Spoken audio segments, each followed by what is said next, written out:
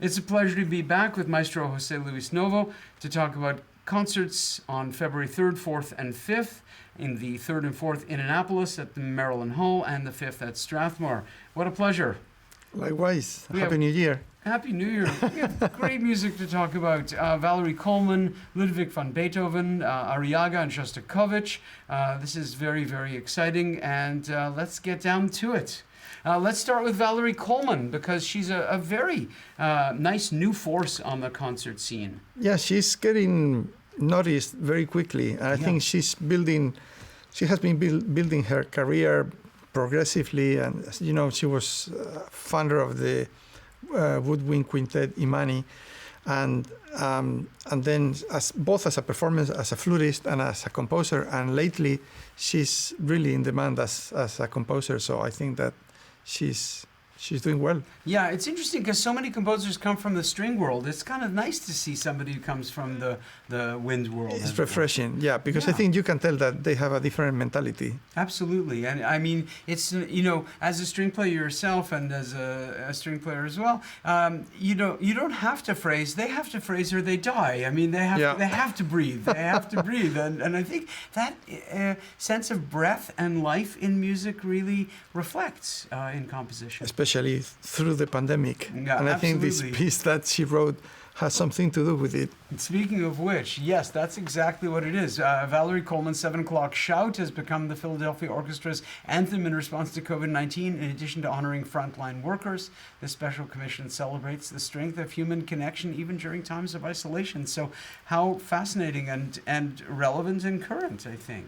Yeah, I think that Yannick Neset-Séguin, the music director of the Philadelphia Orchestra, during the lockout on the pandemic, at the early stages, came up with the idea of commissioning a piece to someone like Valerie, and I believe that the piece was premiered as a collage, or it was put together remotely until it got to be premiered on stage. So that's how important it was for them to not stop producing music even if we were all apart. And I think it speaks a lot about the power of the arts and the power of staying together when we can even physically stay together. I think that's one of the merits of this piece. And it's nice that the piece has gone on past COVID in this post-COVID time, and now you get to actually perform it live and still remember people who were very brave and pretty fabulous during a very tough time.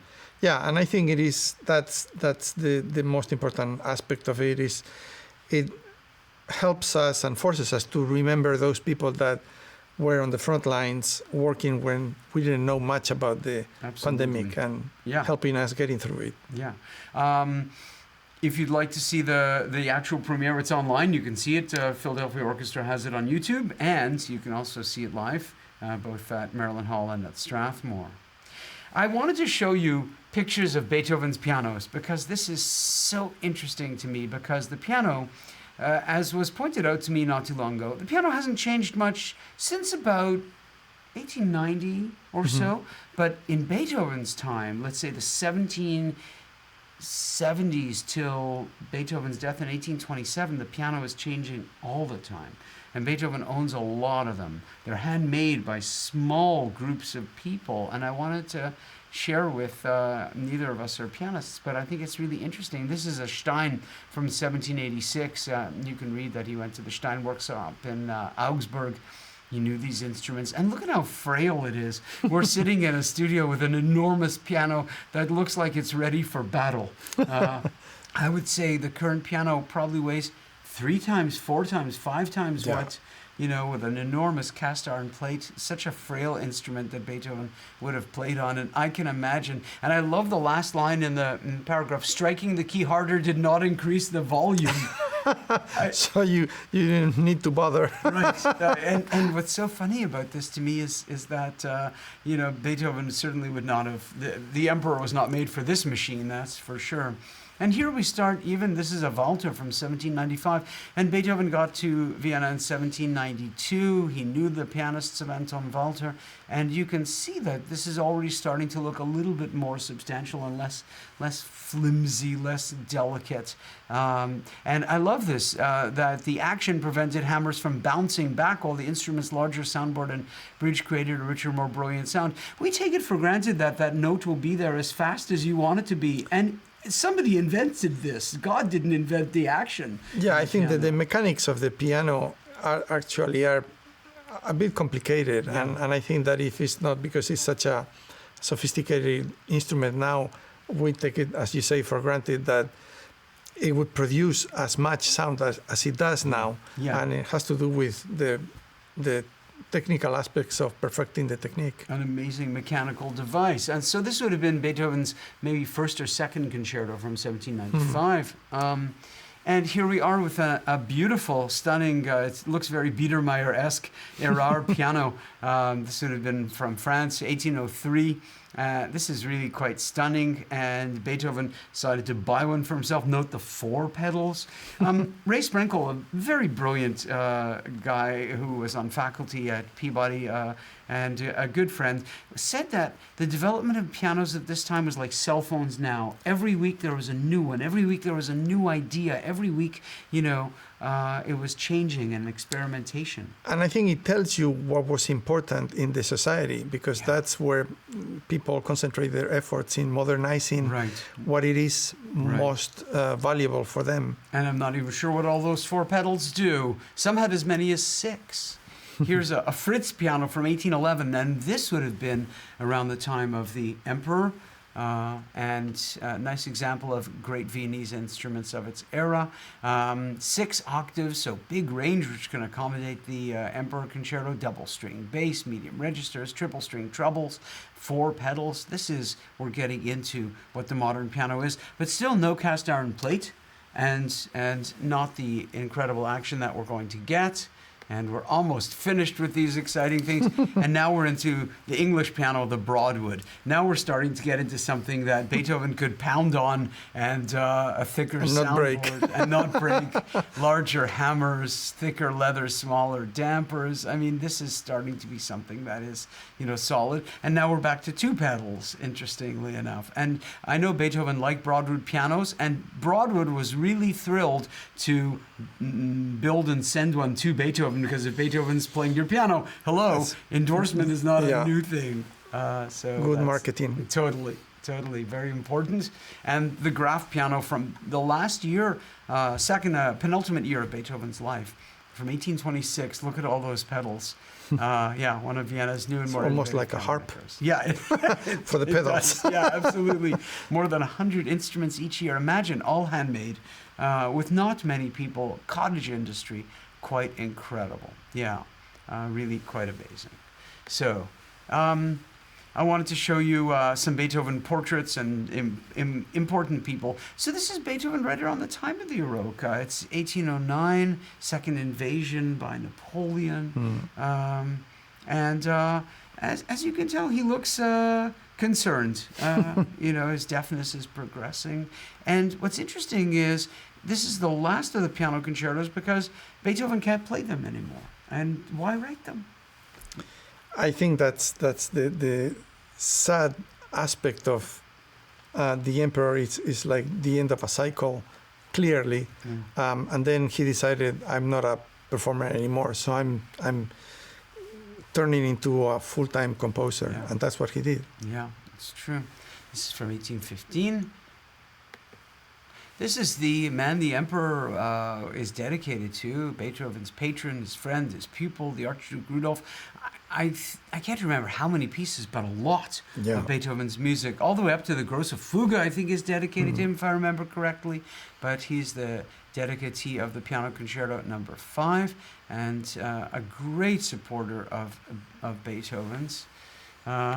This man was a great tormentor of Beethoven's, as I mentioned. This is Napoleon, painted by David. And if you look at the bottom left-hand corner, you see Bonaparte and Charlemagne, and he's crossing the Alps. And this is a great propaganda piece from 1802 done by Louis David, who was a brilliant painter, but I wouldn't say his politics were always on the right side, but he was a brilliant painter. He's the man who did Marat in his bath, and here Beethoven's captured or Napoleon is captured so brilliantly. But Beethoven was so miserable in Vienna, having lived through the invasion of 1805 and now the invasion of 1809. And I think it was the deception that Napoleon ended up being for Beethoven, because he started admiring him. Yeah. And those were the efforts of the Eroica Symphony. Yes. And then he realized this is not what the man that I thought he was, and then he completely disbanded himself from him. And I think that it was in some ways a bit traumatic, because Beethoven was someone of high ideals, and that's how he connected to Beethoven's Napoleon's ambitions, until he realized that they were going completely different paths. Directions. Napoleon went from a liberator to a despot, as sometimes happens, most times happens. More often than not. Sadly so. But the title, of course, is not Beethoven's. And the title, maybe a man named Kramer might have coined the term. It might have been coined by a French soldier who heard the theme and said, "C'est l'empereur." Who knows? Well, it was a big concerto compared to the ones they had known. So unbelievable, symphonic, and the orchestra part is just so important, and so this isn't a Chopin concerto accompaniment of a huge piano part. This is an equal partnership, maybe a war. Maybe its own war in some ways for attention. But these are Beethoven's words about what it was like in 1809. What a destructive, disorderly life I see and hear around me. Nothing but drums, cannons, and human misery in every form. War is war, and war is ugly. And it's interesting how these events are so... They mark so much artists and societies. And I think the artists are the ones who reflect them. But Shostakovich is a little bit the same. When we get to the First Symphony, we'll see that he's also reacted to the few years they were into the revolution, October Revolution, and I think that it marks these people forever. Yeah. No question, absolutely no question. So, as we mentioned, this was the first of Beethoven's concertos he didn't play and was not involved in the actual premiere. There was a private performance, which I think he played, if I remember correctly. But more importantly, the premiere's in Leipzig. And this is an engraving of Friedrich Schneider, who premiered the Emperor Concerto November 28th, 1811 in Leipzig. And also what's interesting about the premiere, the conductor, whose name escapes me, in Leipzig of the Gewandhaus, was the first person to premiere a cycle of Beethoven symphonies in 1826, during Beethoven's lifetime. He did, which was very, very unusual. And that was 1 year after the Ninth Symphony was composed. Right. Really fascinating to actually have a cycle of Beethoven symphonies. What an unusual idea. I mean, a cycle of Haydn or Mozart symphonies would take a long time, but a Beethoven cycle could be done, in a few days or so. Especially for the times, because now I think we are more used to doing these things, but... Yeah, no question. So, let's get right into it. And this is, as I say, a phenomenal work. And as I recall, it begins with essentially a chord progression of 1-4-5-1. That's kind of spelled out by the orchestra and the pianist. Talk about that a bit. Well, I think some of the remarkable things that Beethoven did was, I think, if we compare him to all the composers of the time, like Schubert, Mozart, Schumann a little later, they were more melodically inclined. Beethoven was more motivically inclined, and he found motifs that he was interested in, and then he built on that. And this is what he does here. That's what he does in the Eroica Symphony as well. Sure. He uses small cells and then builds from there. I also think he's trying to figure out what to do with double exposition form, which is the orchestra plays the whole exposition, then the piano plays the whole exposition, and then we develop it. And I think he wanted, some ways, looking for solutions. In the fourth concerto, a little bit of piano and then an exposition. And here, a mixture, this divine mixture of piano and orchestra together. Well, I think he thought that it was just too conventional to have an orchestral introduction. The solo is waiting until the orchestra is done. Then the solo comes in. And so he was trying to change the game. And I think he did pretty well. Let's hear what it sounds like. He interrupts the orchestra right away. And there's a cadenza before, yeah.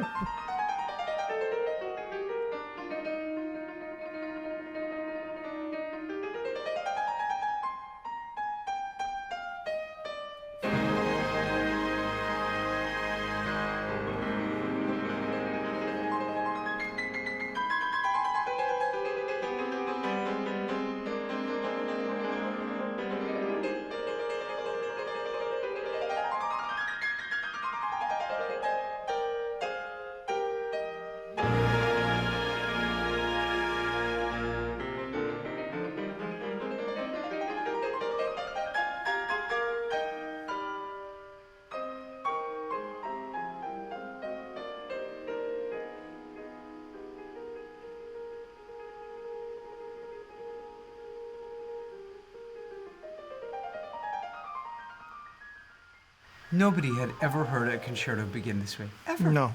And this is kind unique. of like a completely unique introduction, as you say. Unique idea. Unbelievable. Now, of course, then, after this incredible introduction, we do get, of course, a grand main theme, and it's in E flat, which is a very significant key for this. Yeah, it's the same key as the Eroica Symphony, and a key associated with brass instruments because they play better in keys with flats, and also the nobility of its sound. Yeah, and this is a majestic first theme, as nice a theme as you're going to get, and yet it's just an E flat chord, and yet Beethoven does amazing things with us.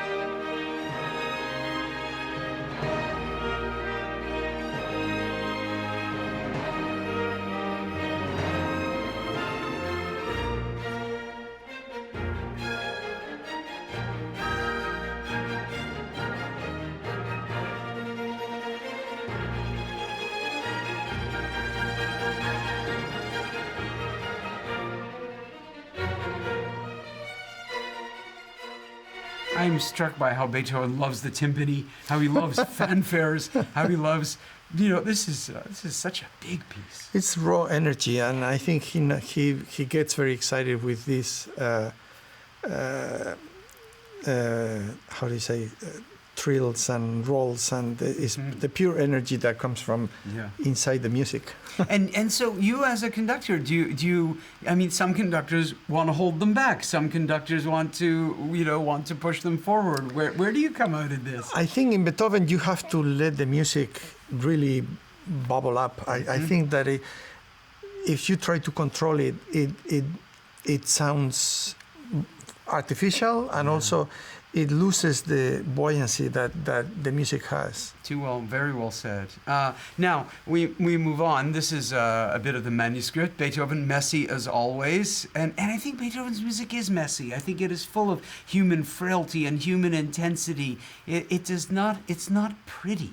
Well, you can hear the conflict behind the music, and I think that's partially the beauty of it is that it's so real. Yeah. It's not, Mozart is so perfect. Right, ethereal. Yeah. And it's sort of miraculous that he had a mind like that where everything was organized and structured already.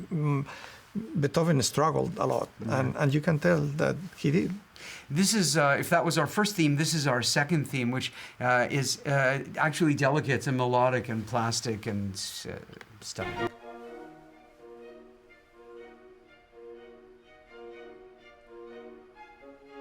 And you think it's going to be a march and it's going to change in a second completely?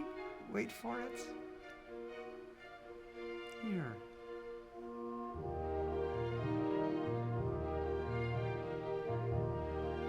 Even the timpani is gentle now. Yes, yes.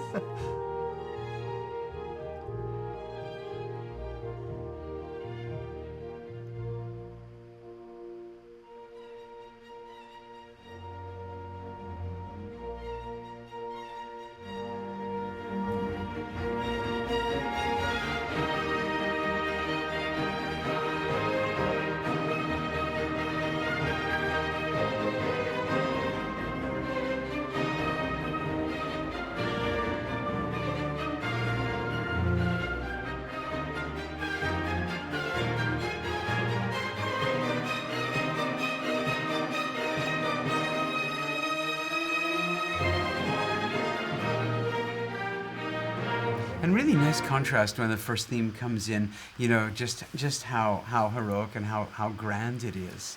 So when we finally do meet the piano, it's a pretty intense experience, and this is piano virtuosity in a serious way. Yeah, I think in a way that we had not heard before with Mozart, Haydn, and even Bach at the previous keyboard works. And Beethoven, you know, was admired by people like Liszt and Schumann, and led to romantic piano playing.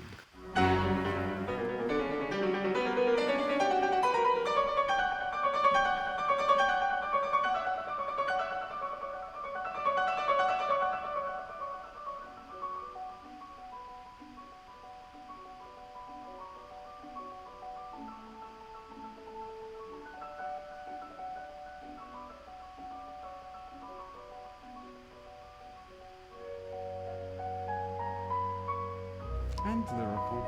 So pretty.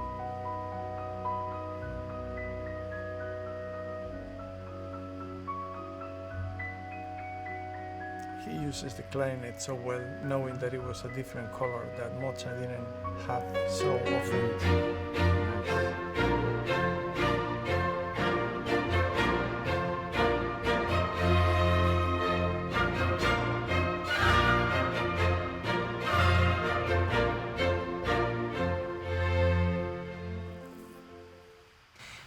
For the second movement, we have B major, surprise. E flat and B major are not friendly, generally speaking. Very far away. Very far away. And we go to a very far away place. Yeah, and I think that this kind of metaphorical distance in the keys is also in the music as well. I love this theme. It's been used in many, many movies. It's been played so often in so many evocative moments. I think Leonard Bernstein borrowed a little bit of it for West Side Story. Yeah. And why wouldn't you when it sounds like this?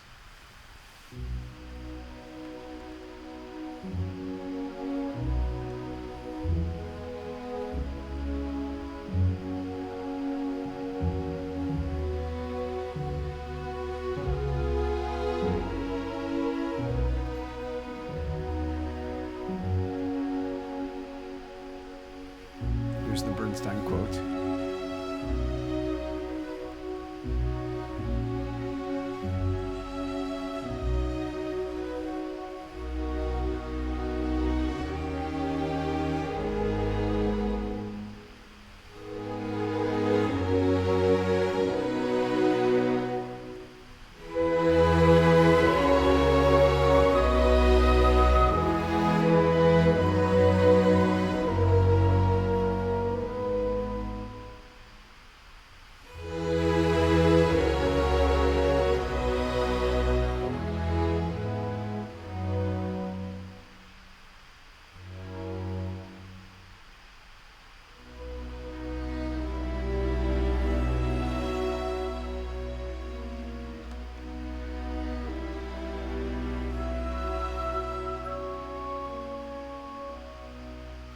You know, it's funny, there's that quote in Amadeus, on the page it looked like nothing. And I'm looking at this slide and it looks like nothing. But it is just basically some scales with a little ornamentation, but it's as simple as that, and it's so incredibly gorgeous. Yeah, so beautiful. And I envy you. I envy anybody who gets to conduct this. When we meet the piano, I mean, it has these beautiful octaves that it plays, and it's just...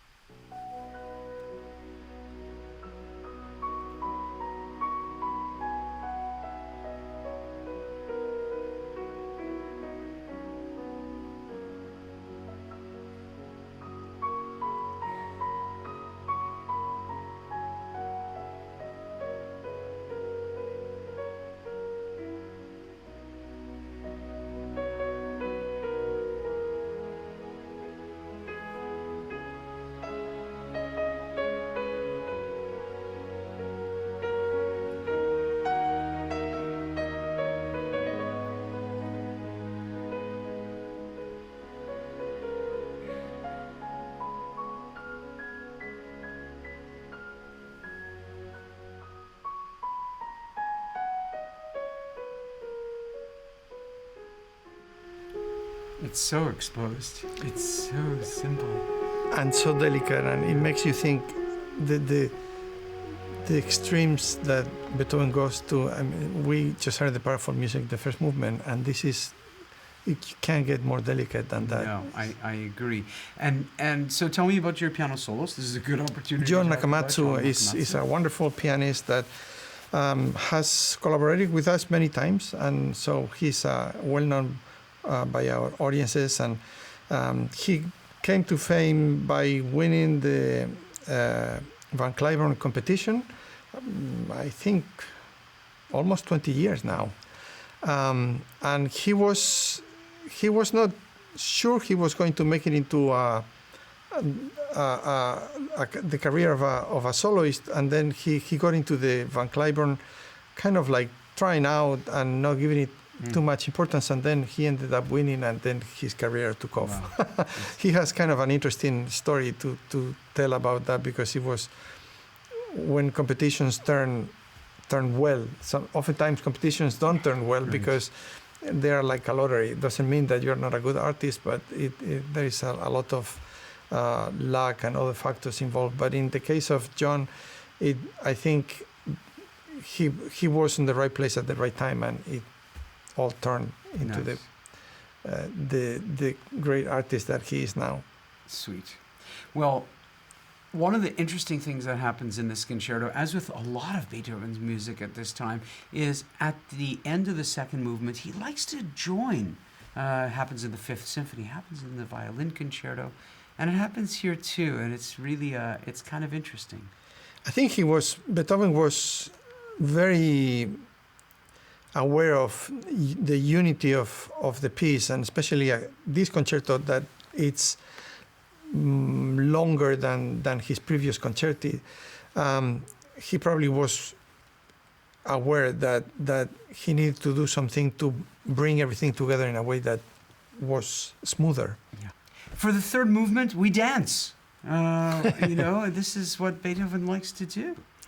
Yeah, and I think that it's nice that all of a sudden he gets into a good mood with this nice transition from the end of the second movement, kind of playful and mysterious, and then explodes into happiness. And I think it's refreshing. Totally. And joyful. And 6/8. Yeah.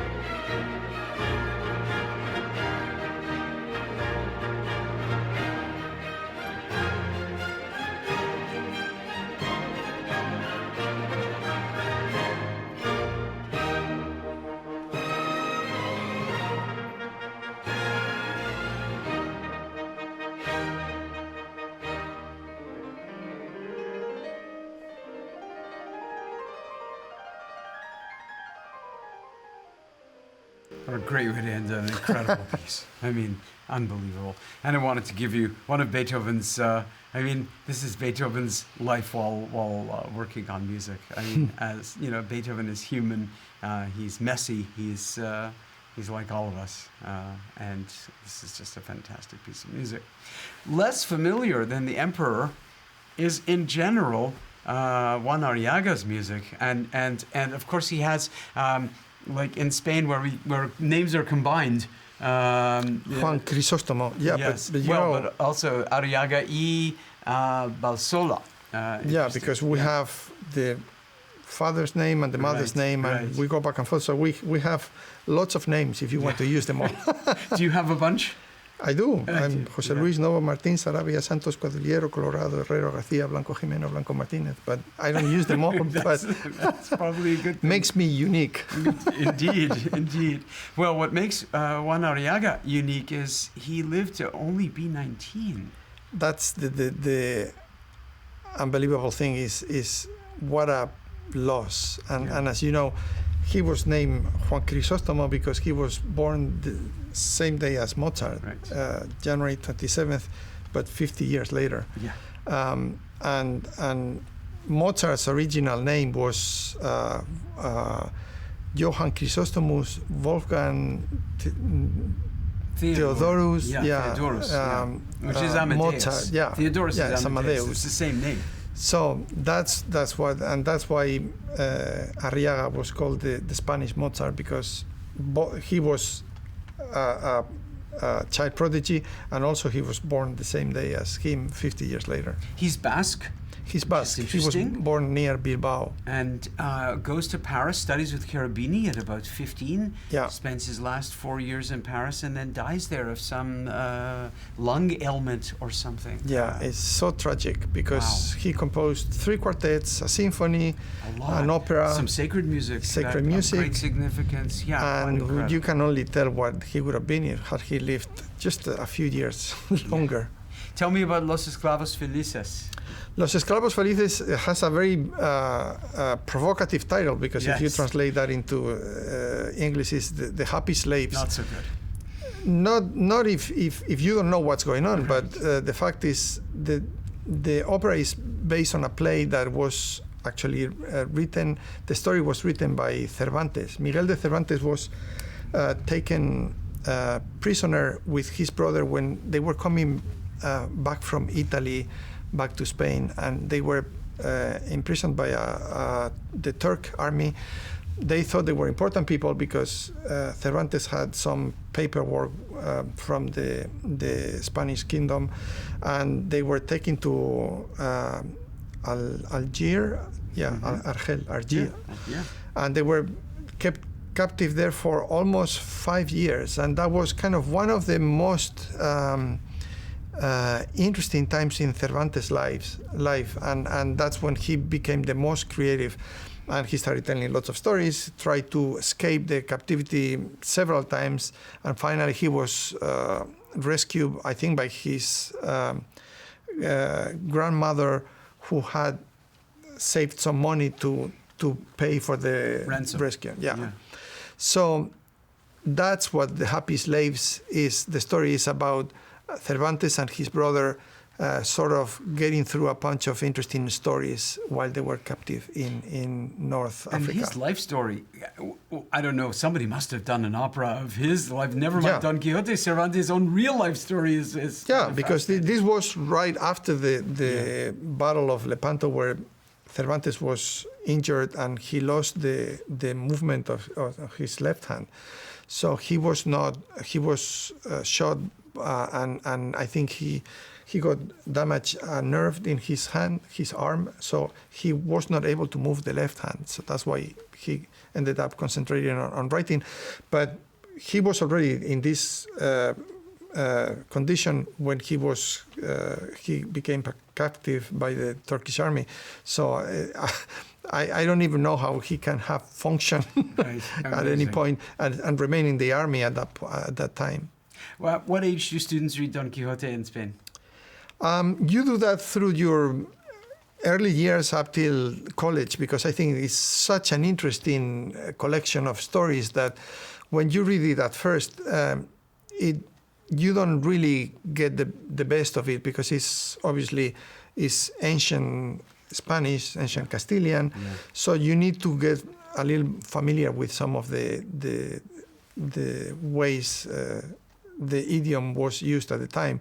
But then you get into studying each story, and each tale is kind of a lesson in life. It's a little bit like Mozart's operas, that Right. they go so deeply into the human character that they are unbelievable. And on the surface, I mean, there's lovely things on the surface, and there's lovely things no matter how deep Yeah. you go down.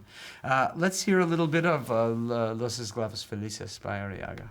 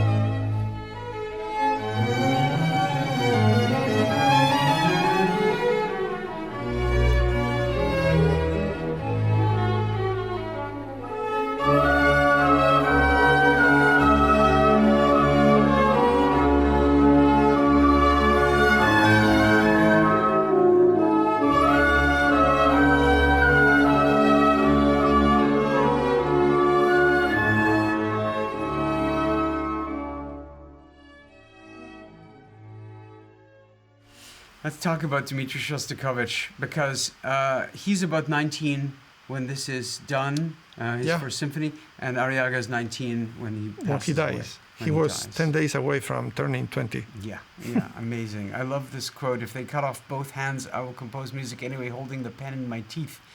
And this is from Shostakovich in later years. The years of the first symphony actually are some of the happiest in Shostakovich's life. Yeah, because I think that his only worries were not having money like every young person, Yeah. and just trying to channel his ambitions and aspirations as a composer. And he was doing that quite well, because he was he became entered the Petrograd Conservatory, then Leningrad, and then St. Petersburg, when he was, I think, 9 years old, and so he was a young and quick learner, and by the time he was at the end of his career, not his career, but his school years at the conservatory, the symphony was his graduation exercise, and he started when he was 18 and ended when he was 19 years old, composing it, and that was his first big splash. I remember his teacher, Maximilian Steinberg, said, "I have no idea what this is all about." You know, he could recognize that it was good, but since he was more in the Rimsky-Korsakov, Tchaikovsky sort of vein of composition, Shostakovich's grammar, his ideas, incomprehensible. And I think it's still puzzling how someone that young could compose a symphony that was so different than what had been composed before, but still so making so much sense, because everything, you can tell that even the first movement has so much unity, despite that is very spastic and the gestures are very segmented. Mm-hmm. But the whole thing makes sense because these gestures come back in kind of in an arch form, and it's a bit like Bartók, that it's a different type of structure that is in their mind, but it works very well. And I think Steinberg recognized that. It was not music that he would have composed, but he recognized that it was very high quality music. And he allowed him to grow and progress in Not his only way. that, but he helped him tremendously. Yeah, absolutely. This is Shostakovich's signature in music, which is important later in his life, but you should know the D, E flat, C, and B, D, S, C, H. E flat in the European solfege system is S, and B natural is H. And Shostakovich would use this to literally sign his name in later pieces, to exert his individualism in the Soviet system, which was not easy to do. Yeah.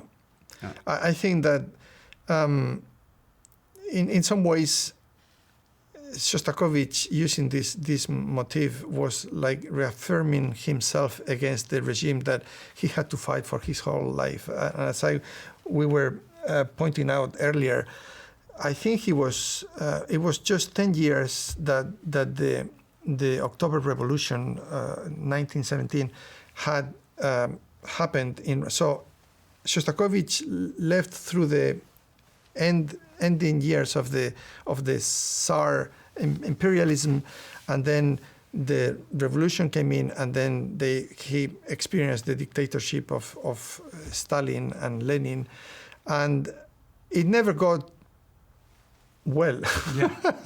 So I think that his life is the never-ending story of how to be an artist despite that everything else around you is not letting you do it, because every step of the way artists were being told what to do, how to compose, how to paint, and Shostakovich was way too smart for that. And how to serve the regime, how to serve the regime. But at the same time, he was brave because he never left the Soviet Union, unlike other colleagues like Prokofiev. He would have had opportunity, to leave in the early 20s. He probably But he didn't. Left, he but stayed. Did not. He stayed. This is his birthplace in St. Petersburg, which is, I think, now a school, which is lovely. I had some pictures of him as a young man right around the time of this composition. So a portrait of him, I think this is...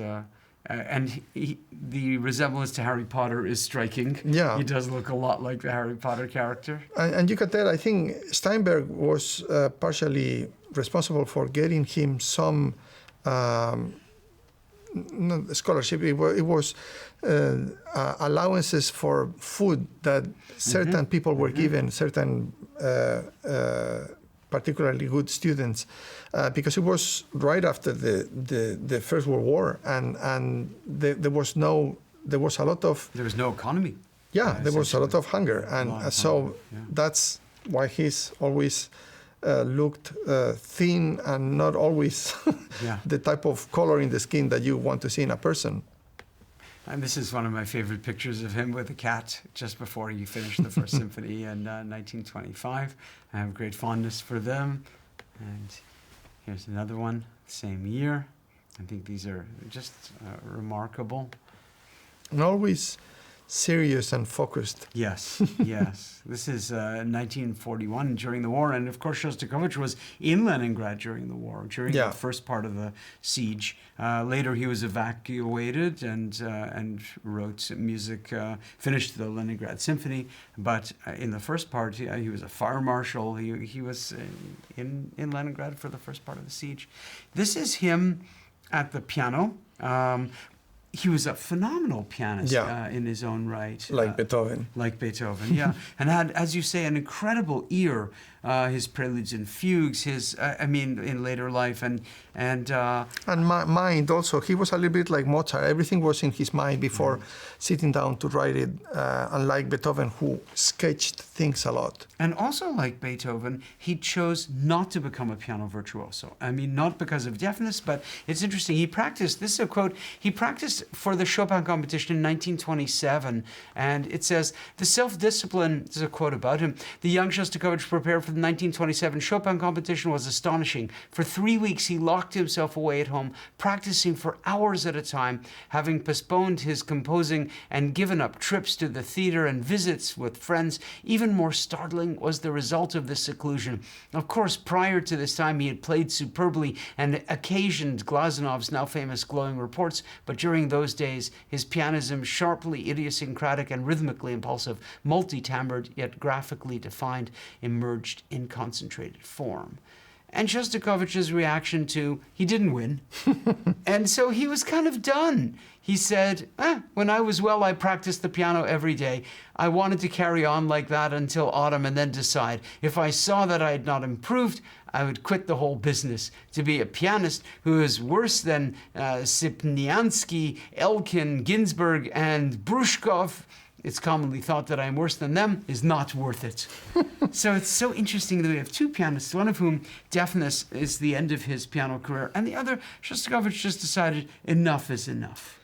I think his standards were very high, about everything. And I think he saw that having made this initial great effort into becoming a pianist was not going to pay off. But he realized that in composing it was very different, because he right away made a personality of his own. Right where he was, when the first symphony was premiered, it was a case of instant success. Absolutely. And then the year after it was premiered in Berlin, and then a couple of years later came to the States. And so the first symphony kind of opened the doors for him, with the help of people like Glazunov, by the way, and Steinberg. So I can't resist showing you this. It's not germane to our discussion today, but this is Shostakovich actually playing, which is, I mean, and it's right around the time of the first symphony. And just imagine if you played the piano this well, giving up a career on the piano.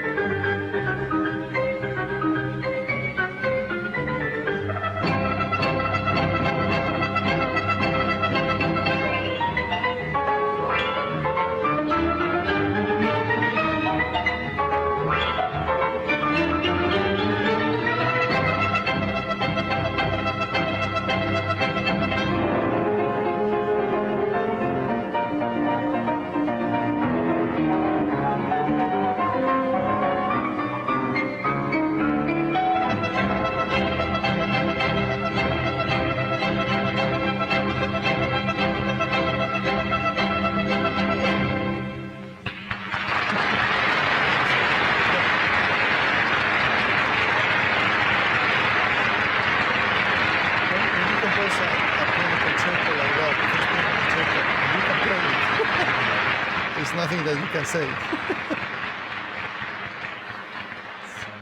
It's interesting that you mentioned Shostakovich's people who helped him and patrons of his, and one of them was the great general Tukhachevsky, Mikhail Tukhachevsky, who took Shostakovich under his wing, and this is an incredibly important general who was one of the premier military strategists of the Soviet Union until 1936, of course, when he falls out of favor with Stalin and Stalin kills him. But he was a huge supporter of Shostakovich's, and Shostakovich recalls that he would pick him up in his limo, and he also made sure that Shostakovich did well in this. But also it tells you how much music was valued in the society. Yes. That a general would appreciate the talent of a young composer like Shostakovich, composer and pianist.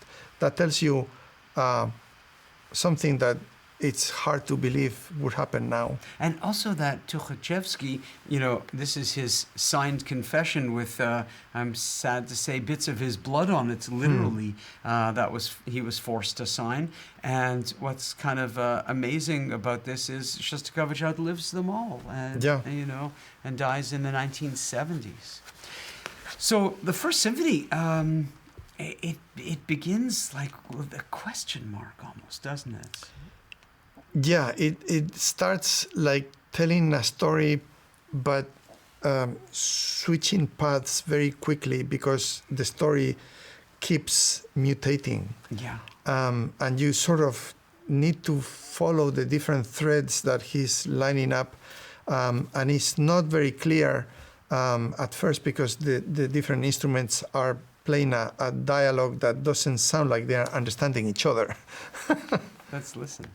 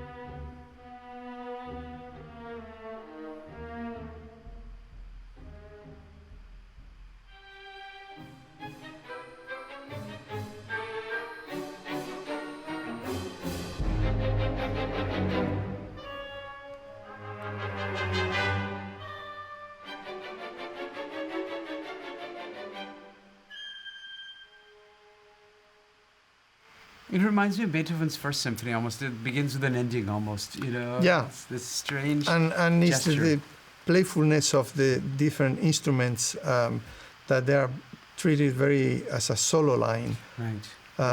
And it's like to me, I have this idea that it's like a dysfunctional army where every soldier, every person is trying to come up with a strategy to sort of win a hypothetical battle, but it's all, they all know that it's nonsensical. It's like it's not going to lead to any kind of victory, but everyone is insisting in their position. Right. It's kind of it's bizarre, very cynical and very sarcastic, and I think that is ironic because I think Shostakovich could see that all these changes in society that were happening were in the end not helping the people. Yeah. So he was, I think he was sort of telling, this is all noise to me, and this is what, how I put it together in my own particular way. This is what I see in Leningrad right now. Yeah. This is what's happening right Yeah. now. Yeah, very interesting. Now, later on in this movement, we have something that Shostakovich does really well, and that's waltzes. Yeah. The Russians do waltzes. We think of Viennese waltzes, but Tchaikovsky wrote waltzes that are as good as anybody's, and Shostakovich also. Well, because the waltz was kind of the emblematic symbol of the dying empire, the Viennese empire, and the 19th century who had just died with the First World War. So the waltz is like the leftovers. Is the same way Ravel uses in La Valse. It's kind of this peculiar symbolism about what was lost in the previous civilization.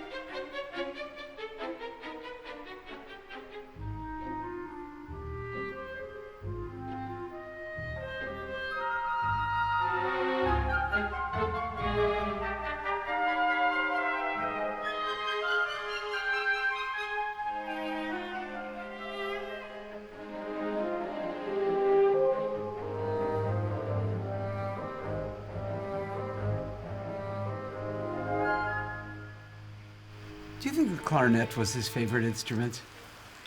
Could be. Definitely, he uses it. I think he likes the color the clarinet has, and the incisiveness and the kind of, again, sarcastic mockery element that can. But in this case, is very sweet also. Together with the flute. So it reminds me of like still life paintings where everything is just a little. The fruit is a day too old, and everything is just a little bit too. Yeah, this is kind of a surrealism embedded into the musical discourse. And for a 19-year-old kid, it's incredible. Yeah, this is a bit of the development, the intensity of the development in the first movement.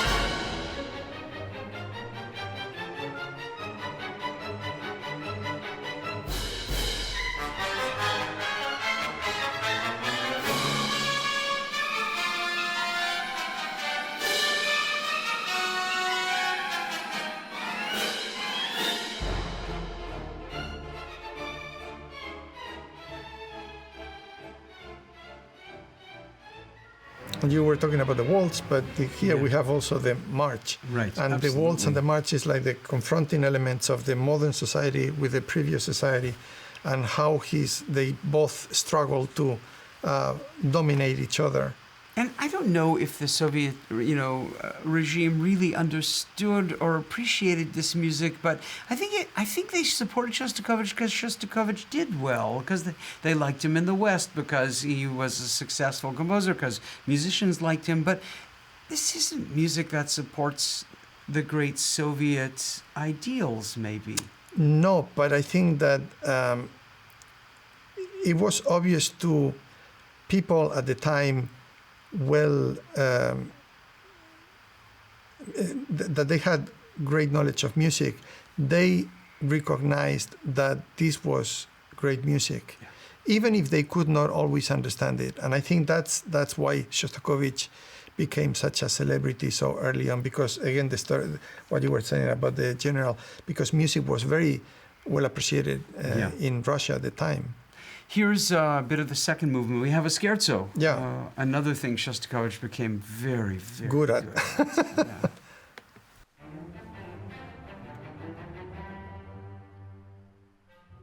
Here's the clarinet again.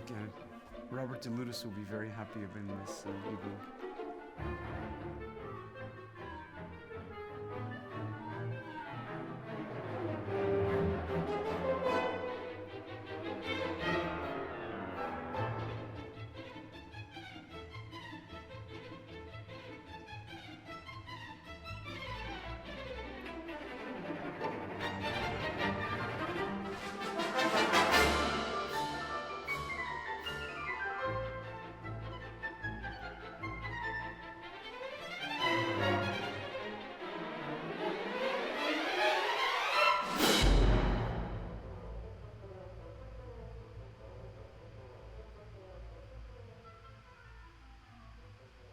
And also a great piano part in this symphony. The piano is treated as a solo instrument pretty much, and very unique.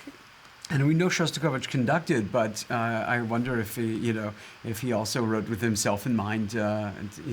Well, he obviously could play the part, and I think that's what you can tell right away, that the piano fits very well in a, again, same way as we were talking earlier, in a way that is treating the instruments in a soloistic manner, and they all have their solos. And there's a lot of chamber music in this symphony. Yes, absolutely.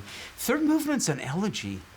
Completely. Yeah, and Shostakovich's music, the emotional gamut of the second movement scherzo, which is fun and in some ways folk-like and sarcastic and ironic, but now all of that disappears. Yeah, because this is very poignant, and I think that I don't really know what he had in mind, but again, going back to what he went through in his just a few years earlier, the revolution and the death of a regime and the beginning of a new one, and the human cost to all that, which was great, not to mention the world war And the civil war. Yeah. So that obviously lays in his mind, and I think in this movement it pours all out in a way that is almost overwhelming.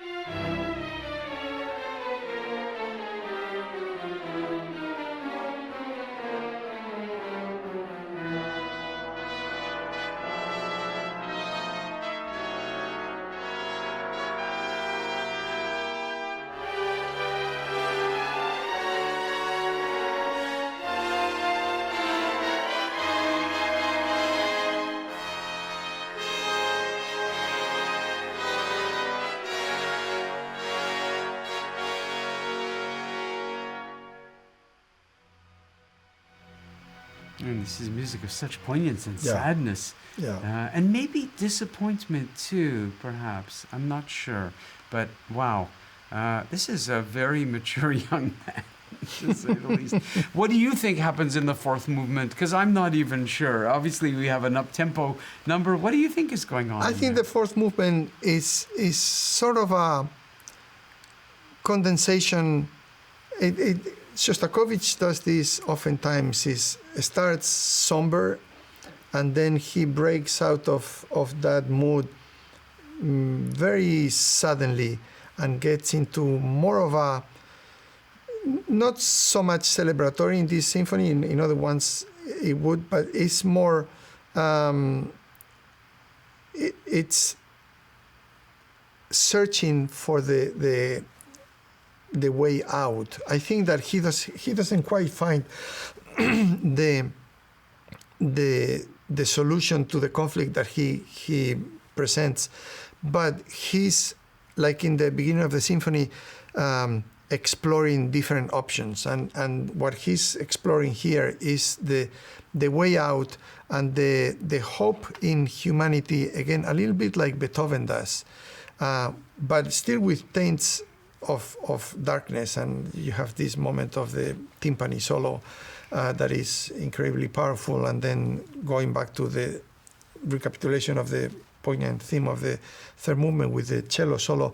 So it's again a little bit like Beethoven did in the Ninth Symphony, recycling elements earlier into making the symphony more whole, but not really solving anything, because there are lots of question marks that they don't get solved. Here's the beginning.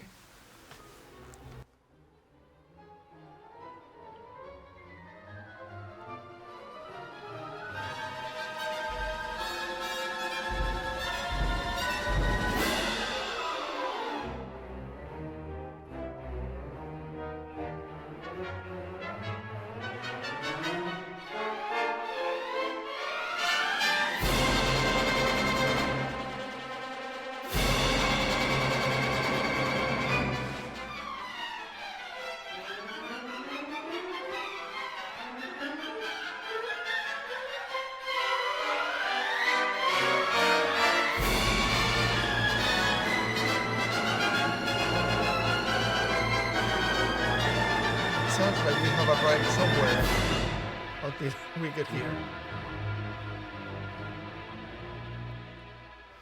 And I recycled my cat picture, and here's the end of it all, I guess.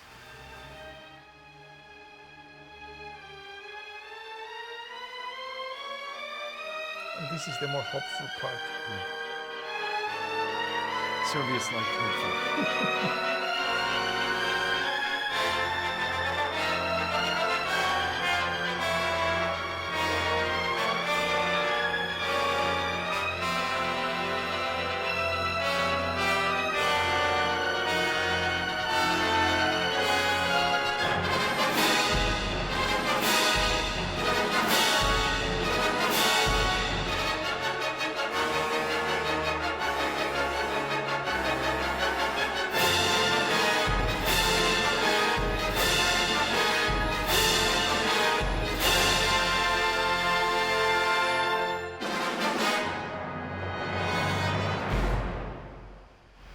And I mean, Russian music has been waiting since the death of Tchaikovsky in 1893 for another great genius.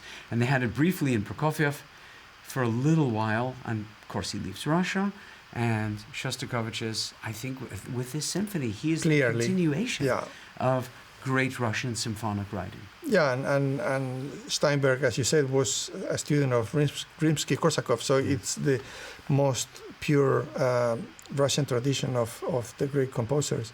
I think that is, when you listen to this piece, is nothing less than astonishing how someone 18, 19 years old could come up with so many different innovative ideas. And this is why I like this program, because in the first half we have kind of an homage to heroes and the heroic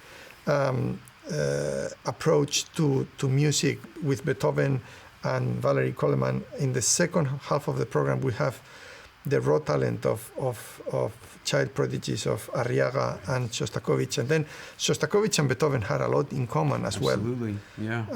So it sounds like lots of different pieces, but there is much more unity than what it seems. Absolutely, absolutely. Well, it's been a real pleasure talking with you about these four remarkable pieces, four remarkable composers. Concerts will be February 3rd, 4th, and 5th, 3rd and 4th at the Maryland Hall for the Creative Arts in Indianapolis, and the 5th at the Music Center at Strathmore. Maestro José-Luis Novo, always a pleasure, and Likewise. Thank you for spending some time and doing this. Thank you.